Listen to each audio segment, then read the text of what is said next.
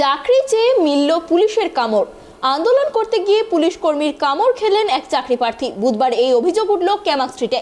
অভিযোগ, টেট আন্দোলনকারীদের মধ্যে এক মহিলার হাতে কামড়ে দিয়েছেন এক মহিলা পুলিশ কর্মী। যদিও অভিযুক্ত পুলিশ কর্মী তার বিরুদ্ধে ওঠা সমস্ত অভিযোগ অস্বীকার করেছেন।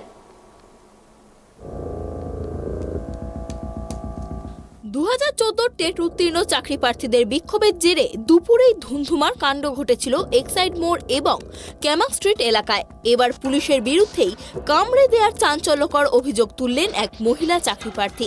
যদিও পুলিশের পক্ষ থেকে যাবতীয় অভিযোগ অস্বীকার করা হয়েছে। অভিযোগকারিনী ওই চাকরি প্রার্থীর নাম অরুণিমা পাল।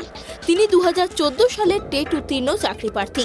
এদিন অন্যান্য চাকরি প্রার্থীদের সঙ্গে অরুণিমাও ক্যামাক স্ট্রিটে অভিষেক বন্দ্যোপাধ্যায়ের অফিসের বাইরে ধর্নায় বসতে যান। অভিযোগ, তখনই পুলিশ কর্মীরা বিক্ষোভকারীদের জোর করে তুলে দিতে যান। দুপক্ষের মধ্যে শুরু হয় প্রবল ধস্তাধস্তি।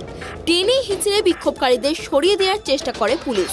অভিযোগ, তখনই উত্তর 24 পরগনার বাদুড়িয়ার বাসিন্দা অরুণিমার হাতে কামড়ে দেন এক মহিলা পুলিশ কর্মী। এরপর অন্যান্যদের সঙ্গে আটক করে অরুণিমাকেও বাসে তোলা হয়। বাসের জানলায় বসে বসেই পুলিশ কর্মীর বিরুদ্ধে হাতে কামড়ে দেওয়ার অভিযোগ করেন অরুণিমা। ওই মহিলা পুলিশ কর্মীকে চিহ্নিতও করেন বিক্ষোভকারীরা।